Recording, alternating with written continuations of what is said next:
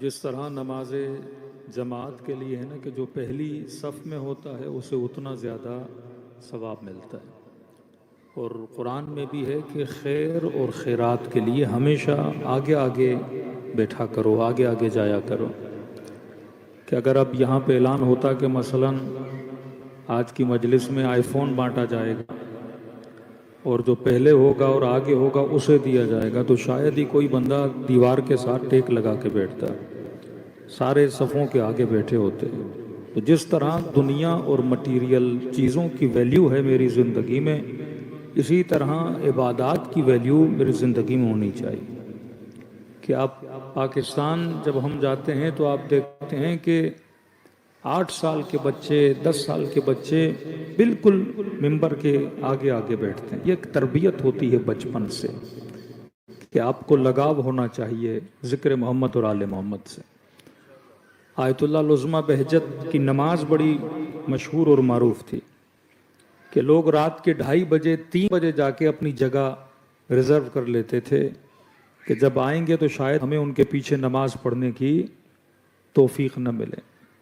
اور اس وقت واقعاً پاکستان میں جب محرم آتا ہے تو محرم کے دنوں میں لوگوں کا یہ حال ہوتا ہے کہ اگر مجلس 11 بجے شروع ہو رہی ہے تو لوگ 9 بجے، 8:30 بجے، کچھ لوگ تو آفٹر نماز مغرب و عشاء آ کے اپنی جگہ بک کر لیتے ہیں۔ ایک شوق، جب تک یہ محبت آپ کے دلوں میں پیدا نہیں ہوتی، ذکر محمد اور آل محمد کے سننے کی محبت، ذکر محمد اور آل محمد میں شرکت کی محبت، ذکر محمد اور آل محمد کے لگاؤ کی محبت، تب تک ہم اہل بیت کے قریب نہیں جا سکتے۔ اگر کوئی انسان مال دنیا کے پیچھے دیوانہ ہے تو اس کا ریزن ہے۔ اگر کوئی انسان فٹ بال کا شوقین ہے، کرکٹ کا شوقین ہے، یہ عجیب راز انسان ہے کہ فرمایا کہ جتنی بھی انسان کے وجود میں چیزوں کی گریوٹی ہوتی ہے، کشش ہوتی ہے، اس کی وجہ صرف ایک چیز ہے۔ اگر وہ چیز ہٹا دی جائے تو انسان کے وجود سے اس کی کشش بھی کیا ہو جائے؟ ختم ہو جائے۔ کہ مثلا شیعہ سے پوچھو کہ کہاں جانا ہے تو کہتا ہے میں نے کربلا جانا ہے۔ ہندو سے پوچھو کہ تو نے کہاں جانا ہے، کہے گا میں نے مندر جانا ہے۔ اگر اپنے علاقے میں رہتے ہو تو ہر انسان کا رجحان کسی نہ کسی چیز کی طرف ہوتا ہے۔ اگر آپ پیدل کربلا کی طرف سفر کرتے ہو تو ہندو پیدل بتوں کی طرف سفر کرتے ہیں۔ یہ کون سی چیز ہے جو مجھے اپنی طرف کھینچتی ہے کہ میرا بچہ روئے تو میں پوری رات جاگوں؟ مجھے سکون نہیں، مجھے آرام نہیں، مجھے نیند نہیں آتی اگر میرا بچہ بیمار ہو جائے، لیکن پڑوس کا بچہ روئے تو میری نیند خراب ہوتی ہے کہ بوڑھو بھائی اپنے بچے کو چپ کراؤ، میری نیند خراب ہو رہی ہے۔ اپنے بچے کے لیے اتنی محنت کرتا ہوں صبح سے شام تک، ایک اچھا اسکول، اچھا لباس، اچھی غذا، اچھا کھانا، لیکن یہی جذبات میرے کسی اور کے لیے کیوں نہیں ہوتے جو اپنے بچے کے لیے ہیں؟ فرمایا اس کا سبب، اس کا ریزن ایک ہی چیز ہے اور وہ ہے محبت۔ صبح سے شام تک یہ محبت آپ سے محنت کرواتی ہے۔ یہ اتنی انرجی جو میرے بدن میں آتی ہے، اس کا ریزن صرف ایک چیز ہے اور وہ ہے محبت۔ اب محبت اگر پتھر سے ہو جائے تو میں پتھر کے پیچھے، اگر محبت سونے سے ہو جائے میں سونے کے پیچھے، یہی محبت اگر کسی انسان کے ساتھ ہو جائے میں صبح سے شام تک اس کو پانے کے لیے محنت کرتا ہوں۔ یہی محبت اگر کسی ملک سے، کسی مذہب سے، کسی عقیدے سے ہو جائے، ہر انسان دعا کرتا ہے کہ پروردگارہ مجھے سکون عطا فرما۔ اصلاً کبھی سوچا ہے کہ یہ سکون کس بازار میں ملتا ہے؟ دنیا کی کون سی دکان ہے جو آپ کو کہے کہ مجھے $10,000 دو میں تجھے سکون دیتی ہوں؟ نہیں دے سکتی۔ دنیا کا وہ کون سا مال ہے کہ جہاں پہ آپ ملینز آف ڈالر خرچ کریں لیکن آپ کو وہاں سے سکون ملے؟ کسی نے سمجھا کہ سکون مال میں ہے، مال مل گیا لیکن سکون نہ ملا۔ کسی نے کہا کہ سکون آسٹریلیا کی نیشنلٹی میں ہے، جب مل گئی کہ اب بھی سکون نہیں آیا مولانا۔ کسی نے کہا شادی کروں گا تو سکون ملے گا، بیوی آ گئی، کا سکون تو اب بھی نہیں ملا، کچھ نے کہا تو ہم اور زیادہ سکون تباہ ہو گیا ہے۔ کسی نے کہا مولانا دعا کریں کہ اولاد ملے شاید مجھے سکون مل جائے۔ جس دن اولاد پیدا ہوئی تھوڑا سکون آیا، لیکن دن جیسے گزرتے گئے وہ سکون کی کیفیت جو پہلے تھی ویسی رہی۔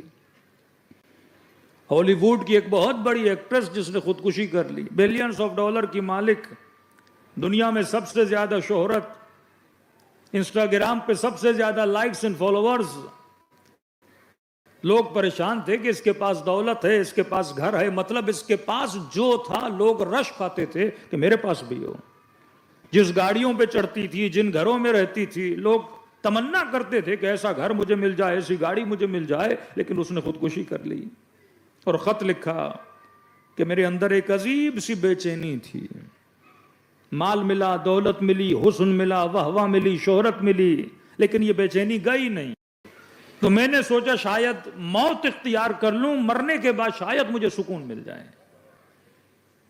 اب اللہ عالم اس کو ملا کہ نہیں ملا۔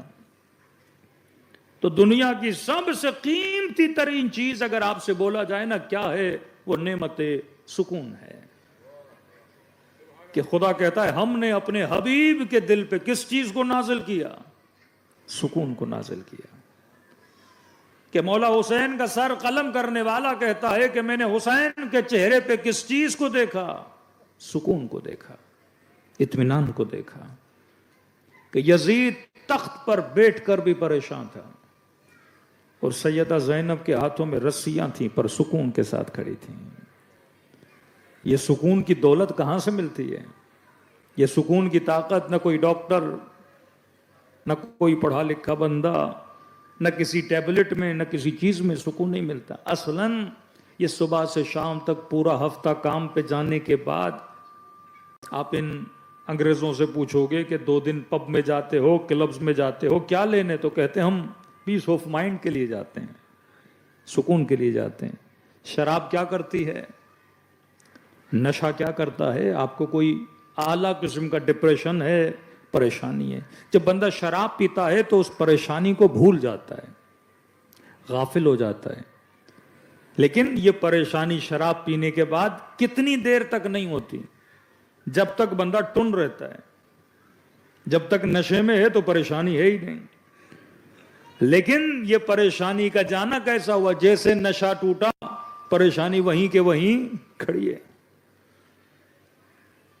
کہ آپ کے سر میں درد ہے، آپ نے گولی کھائی، اس سر درد کی گولی نے آپ کو سن کر دیا، بے حس کر دیا، لیکن جیسے نشہ ٹوٹا درد پھر وہیں کا وہیں واپس آ گیا۔ اللہ کہتا ہے قرآن میں شفا ہے، شفا کا مطلب دردوں کو مٹانے والی کتاب ہے، شفا کا مطلب بیماری کو ختم کرنے والی کتاب ہے۔ دنیا کے ڈاکٹرز آپ کو گولیاں دیتے ہیں درد بھلانے کے لیے، درد مٹانے کے لیے نہیں۔ اسلام کہتا ہے میرا کانسیپٹ ہے درد مٹانے کا، نہ کہ درد بھلانے کا۔ بھلانا غفلت کو کہتے ہیں کہ آپ کے گھر میں بیوی ہے لیکن آپ غافل ہو کہ میری بیوی نہیں ہے، آپ کی اولاد ہے پر آپ غافل ہو جاؤ کہ میری اولاد نہیں ہے، خدا ہے پر بندہ غافل ہو جائے کہ خدا نہیں ہے۔ میرے غافل ہونے سے چیز دور نہیں ہو جاتی کہ مثلا یہ گلاس میرے سامنے ہے لیکن میں غافل ہو جاؤں کہ گلاس ہے ہی نہیں، تو میرے غافل ہونے سے گلاس اپنی جگہ سے تو نہیں ہٹتا، یہ تو وہیں کا وہیں پڑا ہے۔ تو دنیا کی کوئی بھی ایسا بازار نہیں ہے، کوئی بھی ایسی دکان نہیں ہے، کوئی بھی ایسا مال نہیں ہے جو اس دنیا میں آپ کو سکون عطا کرے۔ الا بذکر اللہ تطمئن القلوب، کہ اللہ کے ذکر سے دل مطمئن ہوتے ہیں، دل سکون پاتے ہیں۔